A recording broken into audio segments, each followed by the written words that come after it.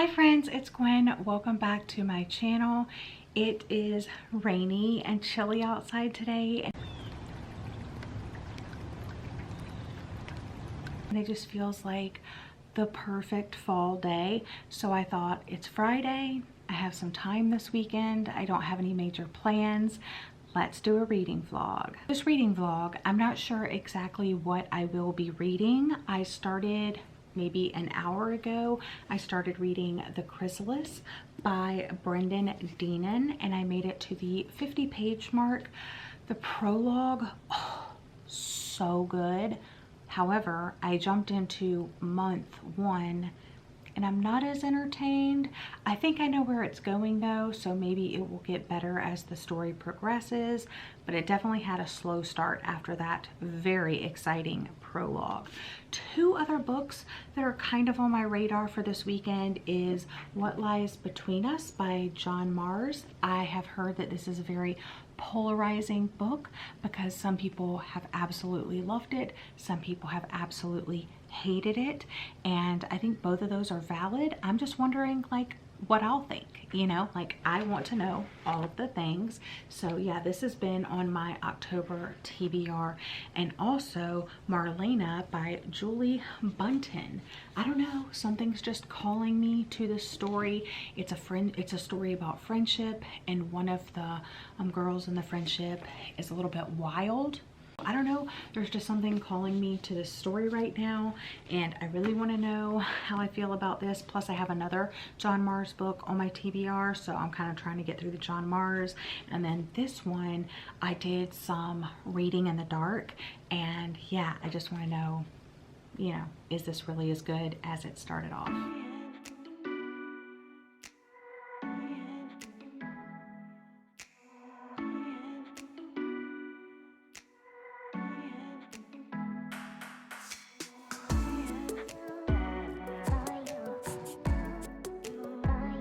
First, I'm going to give you a reading update because I did read more.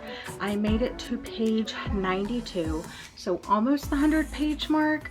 But I did I start that second part? I don't even remember. I'm enjoying it, but it's just kind of ominous, and the guy in the story keeps having these like crazy thoughts, and he's like, why am I thinking that? Like, get that out of your head. So anyway, I am enjoying it, but I'm not loving it yet.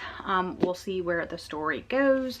I've just been really busy. I hopped back on my computer, and because I randomly decided that I wanted to start doing weekly roundups on my blog. So if you don't know, longtime blogger, way before my YouTube days, I had a blog, and I had it for a very long time. I did lifestyle and bookish content, and then I switched over and did mainly bookish content, and then I made another blog. My dad bought me like a URL, and I did that. But then I started YouTube, and it was hard balancing the two. But I feel like, oh, so then quarantine happened, so I started a blog again. And I feel like now that I'm not working like a normal 9-to-5, that I do have time for it. And I know there is going to come a day, as it's going to be, there is going to come a day that I'm not going to want to do YouTube anymore. And so it'll be a great fallback mechanism for me to still share my thoughts on books, and books that I'm buying, books that I'm loving, books that I'm not loving, and all of that. So if you haven't checked out my blog, it is mainly, I would say 90% book related, but there is that 10% that is like lifestyle stuff. And today I worked on a post for the future that is book related, but tonight, I decided that I'm going to start my weekly roundup series where I talk about like favorite things that happened during the week, maybe like a Friday 5 or something like that, but I just called it my weekly roundup, put the date on there, and I just post about like favorite things that I've run across in social media, books, articles that I've read, things like that, because I am a person outside of books, and I think that's just a great place to share that stuff. So if you're ever looking for book recommendations that you can't find on my channel, I may or may not have an article over on my blog. I also share the stuff on my Instagram when I do a new post on my blog. I also have a highlight on my Instagram. My Instagram is at Lavender Mud. Yeah, why it's that, I don't know. That's just the one that I came up with when I created an Instagram back when Instagram first started, and I just have gone with it. Anyway, I have a highlight on there that's blog, and if you want to look at some of the articles or recommendation posts that I've done, you can check out that highlight. Another highlight that I think you need to check out is my for sale. I'm going to be talking about this in several videos just to get word out. But on my Instagram at Lavender Mud, books that I am unhauling, I am listing for sale. So if you have any questions about any of those books, or you want any of those books, that's the place to get them. And yeah, I guess that wraps up for now. I am trying to think about dinner. It's after 7. It is almost 8 o'clock and I have not had dinner. So my husband took a very long nap. I read a little bit, worked on the blog a little bit, watched YouTube a little bit, and now I need to think about food. I'm trying to locate my book right now. Aha, it's in the kitchen. I just sent Daniel to the store to get some sauce, some tomato sauce, because we're gonna have this pre-cooked manicotti. Well, it's not pre-cooked, it's prepared already for you. So I just got this at the grocery store a couple days ago, and I forgot sauce. Yes, actually I thought we had sauce, but we do not. So when he gets home, I will just prepare that in that dish and get that in the oven, and then while we eat, we're gonna watch The Haunting of Hill House, because guys, that show, okay, I tried to watch it once. I think I made it through the first 3 episodes, and then I stopped watching for whatever reason. Then started watching it again, made it through the first 2 episodes, and then I tried it again, made it through the first 3. Now I'm watching it with my husband, which is almost like a guaranteed way for me to make it through the show. I'm gonna read. He won't be gone that long. The grocery store is right across the road from our neighborhood. And yeah, but then that will be in the oven for 35 minutes. So that will be more reading time as well. So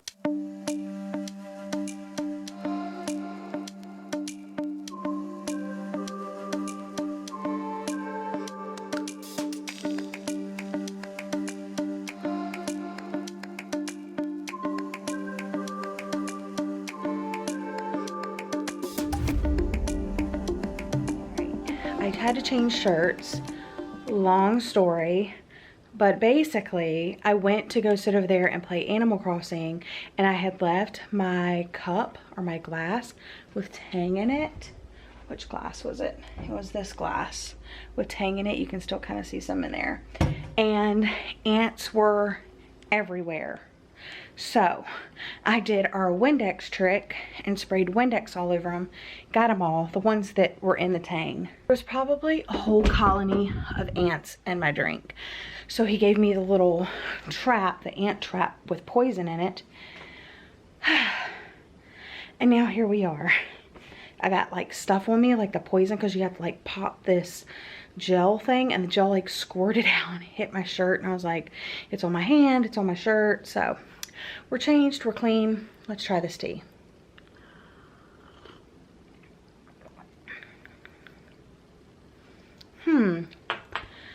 I don't know what to think on the first sip. Maybe because it's too hot.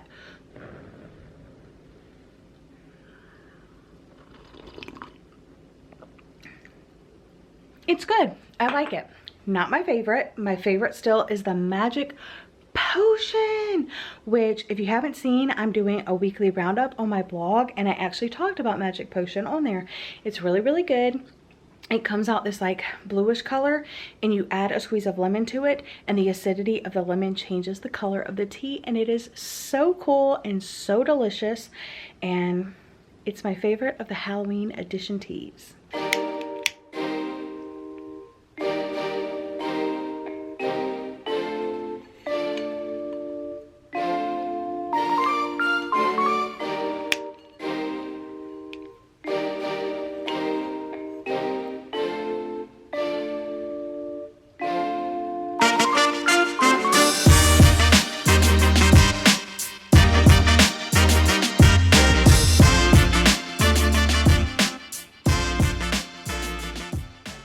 quick little reading update. I laid back here on this couch for a little bit. My husband was taking a nap and I read up into page 216. So I have about like 85 pages left to finish this. And it's just really weird. I don't know where it's going. I don't know if I like it, because there's elements that I like and then there's elements that I don't. And I guess it's one of those books that I need to see how it's going to end to do like my full rating. But it's basically about this man and this woman that moved from like New York City to New Jersey, and they're like one of those city people that was like, New Jersey, ew, type thing. But he was like a bartender and she worked at, I don't know, she had a job as well, but she ended up getting laid off. He ended up not making enough to support them both, and they said, we need to look at other places. So the realtor took them out. They found this gigantic house that was like in their budget, and they were like, how did we find this amazing deal? The only catch is that everything in the house, and there was like a lot of furniture and stuff left behind by the previous owners, they had to keep it all. It was like as is, like you have to clean it up yourself. Well, the thing is that the previous owners were what happened in the prologue. And it was about this retired couple that was married for 46 years.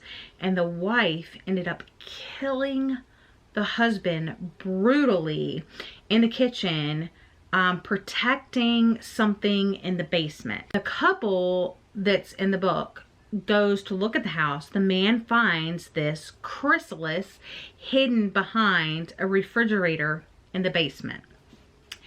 And this chrysalis, when he touches it, gives him this like high euphoric feeling, and it's really changed him as a person.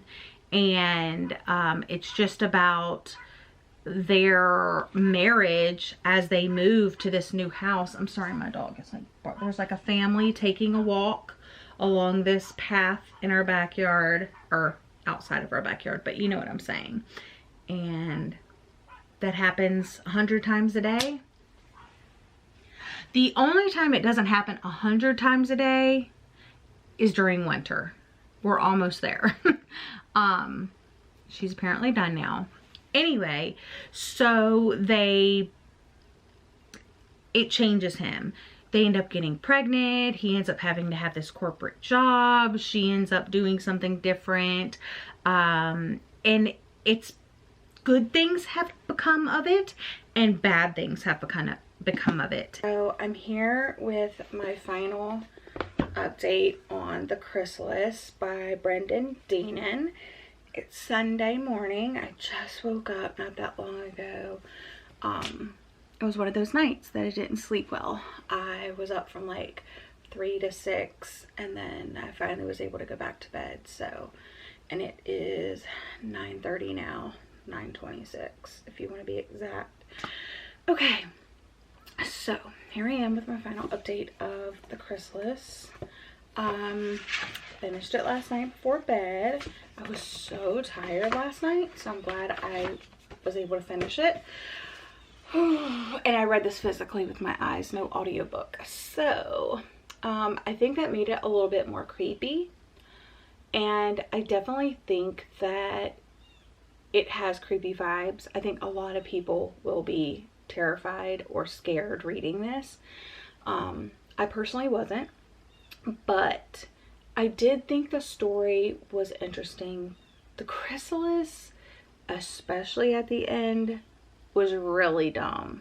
It was like that B horror movie, but I think the themes that the Chrysalis introduced between the married couple was interesting, like something else influencing the marriage and making them more successful, less successful, and being more passionate, less passionate, things. It was something that was coming in between their marriage, and it's like, were they strong enough to defeat the Chrysalis, or did the Chrysalis defeat them? So I don't necessarily think I would recommend this. And this almost, especially towards the end, like what I was reading last night, like the last 100 pages, it really got weird.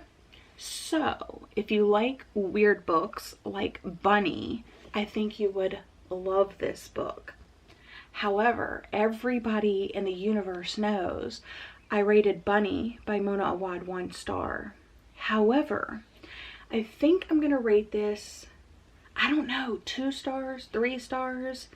I don't know. I think it kept me interested enough that, but so did Bunny, you know. But it was like the one thing that I think the entire story hinged on was the Chrysalis. I really liked everything outside of the last 100 pages, even though the Chrysalis was just like such a weird idea and like it never fully explained everything. I mean, it did, but it didn't. Stars, 3 stars, I don't know, somewhere between like 2 and 3 stars. But if you're looking for a weird, unsettling, creepy book, you might like it.